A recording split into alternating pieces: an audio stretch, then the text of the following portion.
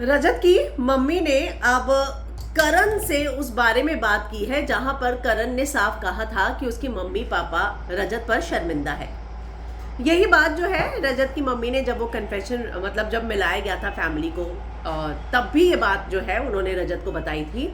लेकिन अब यहाँ पर कल जब रजत रोया है और उसने कहा है कि मैं आगे बढ़ना भी चाहूँ तो कोई बढ़ने नहीं दे रहा, तो उसकी मम्मी उसका दर्द समझ रही है।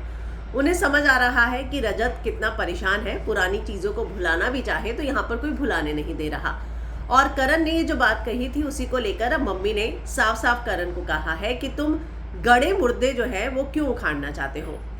तुम्हें नहीं पता कि जो तुम कर रहे हो वो गलत है, और तुम ये सब बाहर की बातें हैं ना, तुम क्यों कर रहे हो ये बातें।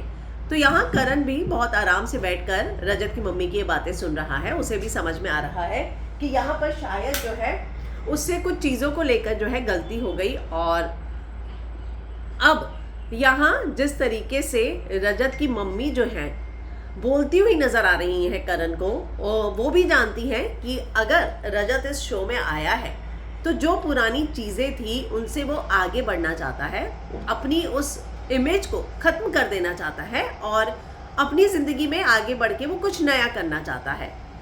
तो यहाँ बार बार जब उसके पास पर सवाल उठते हैं, जिस तरीके से मुनावर ने भी आकर बोला कि तुम्हारे घर भी गेहूँ आएंगे क्योंकि बिग बॉस को पता है कि चक्की पीसनी तो हमें आती ही है। करण भी कई बार जो है गुस्से में या लड़ाई में रजत के पास को उठा चुका है।